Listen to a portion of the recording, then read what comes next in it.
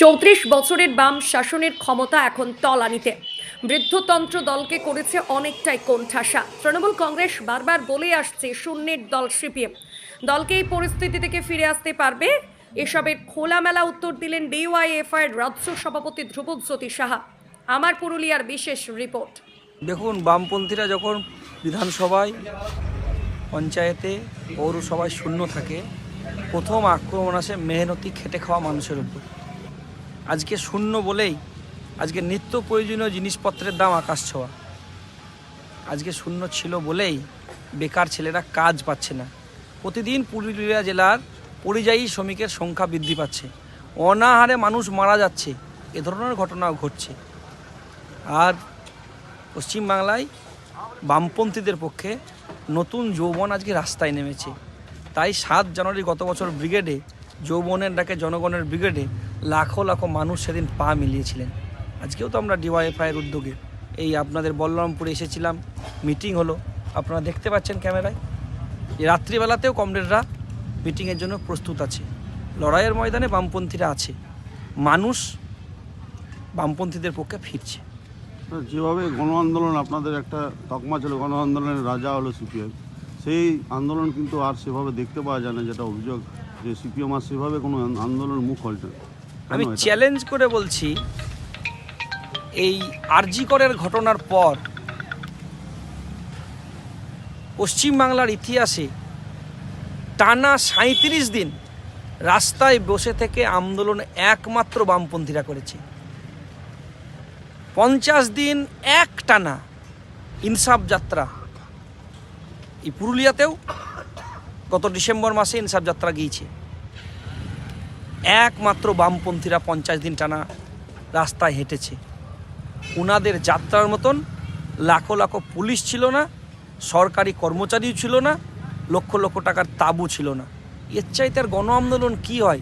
ব্রিগেডের সমাবেশ তো অনেক দলও করেছিল। গত বছর 7 জানুয়ারি ব্রিগেডের সমাবেশে লাখো লাখো মানুষের জমায়েত কাদের হয়েছিল? বামপন্থীদের হয়েছিল। গণ আন্দোলন কাকে বলে? রাস্তায় যখন সাধারণ মানুষ প্রতিদিন বামপন্থীদের সঙ্গে রাস্তায় হাঁটছে, ওটাই গণ আন্দোলন। গণ আন্দোলন ছিল আরজি করের 14 তারিখের মধ্যরাত্রে 14ই আগস্ট, যখন আমরা বলেছিলাম যে গোটা বাংলার মা বোনেরা রাস্তায় নামুন, বাংলার স্বাধীনতা, ভারতবর্ষের স্বাধীনতা আজকে বিপন্ন। 14ই আগস্ট মধ্যরাত্রে লাখো লাখো মানুষ রাস্তায় পা মিলিয়েছিলেন। জালো স্বাধীনতার আলো, এই স্লোগানকে সামনে রেখে লাখো লাখো মা বোনেরা মশাল নিয়ে রাস্তায় নেমেছিলেন। আর তৃণমূলরা আরজি কর হসপিটাল ভেঙেছিল। এটাই গণ আন্দোলন।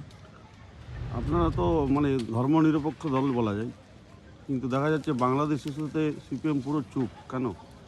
বাংলাদেশে শুধু চুপ নয় তো, যে জায়গায় সাম্প্রদায়িক শক্তি মাথাচাড়া দেবে, যারা ধর্ম নিয়ে রাজনীতি করবে, তার বিপক্ষে বামপন্থীরা সব সময় কথা বলবে। রাস্তায় থেকেই আন্দোলন হচ্ছে। আর আপনাদের যে এটা দলের মধ্যে যে এটা কালচার এখনও রয়েছে, যে বৃদ্ধতন্ত্র, নতুন যৌবনকে তাদের লোকাল কমিটিতে আসতেও তার জীবন শেষ হয়ে যায়, এটাকে কিভাবে আপনারা সমাধানের চেষ্টা? আমার মনে হয় এটা আপনাদের টিভি মিডিয়ার অপপ্রচার। পশ্চিমবাংলার সমস্ত কমিটিগুলো দেখবেন, সব কমিটিতে যৌবন নতুন ছেলেরা জায়গা নিয়েছে।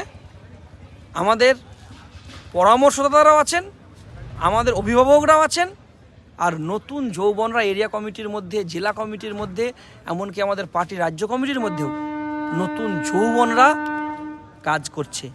এটা বৃদ্ধতন্ত্রের একটা তকমা দেওয়া হচ্ছে। 1টি বছর হাতের সময় আপনাদের, 26-এ হচ্ছে বিধানসভা নির্বাচন। সেই নির্বাচনে আপনারা কিভাবে ঘুরে দাঁড়ার মানে চেষ্টা করবেন, যে কত আসন বা কিভাবে আপনারা? আমরা মানুষের উপর ভরসা রাখছি। মানুষ আশা করি আমাদের সঙ্গে রাস্তায় থেকে লড়াইয়ে যেমন আছেন, বিধানসভা পর্যন্ত পৌঁছে দেওয়ার দায়িত্ব মানুষই নেবে। তো বর্তমান সময় তো দেখা যাচ্ছে মহিলা থেকে ছাত্রছাত্রী প্রতিটা মানুষের তো এখন শাসক দলের পক্ষে, যেহেতু অনেক সামাজিক প্রকল্প, পারবেন লড়াই করতে? সামাজিক প্রকল্প আগেও ছিল, এখনও আছে। মূল কথা মানুষের হক, রুটি রুজি কোন জায়গায়। নিত্য প্রয়োজন জিনিসের দাম যেমন আকাশ ছোঁয়া, কাজ নেই পশ্চিমবাংলায়, শিল্প নেই, কলকারখানা নেই। পুরুলিয়ায় বলতে পারবেন পশ্চিমবাংলার মাটিতে কোথাও একটা তৃণমূল পুরুলিয়ায় কোনো একটা জায়গায় নতুন করে শিল্প হয়েছে, কলকারখানা হয়েছে, প্রতিদিন তো পরিযায়ী শ্রমিকের সংখ্যা বৃদ্ধি পাচ্ছে। এখান থেকেই মানুষ শিক্ষা নেবে। ছাত্রদের কোনো গণতান্ত্রিক অধিকার আছে? কলেজ নির্বাচন আছে, কেন কলেজ নির্বাচন করতে ভয় পাচ্ছেন তৃণমূল কংগ্রেস? কেন, কোথায় ভয়? কেন ছাত্রদের গণতান্ত্রিক অধিকার নাই?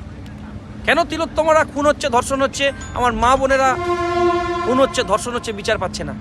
প্রশ্নের উত্তর কে দেবে? দিদিমণিকে তো দিতে হবে। আপনার পরিচয়? ধ্রুবজ্যোতি সাহা, ডিওয়াইএফআই রাজ্য সভাপতি।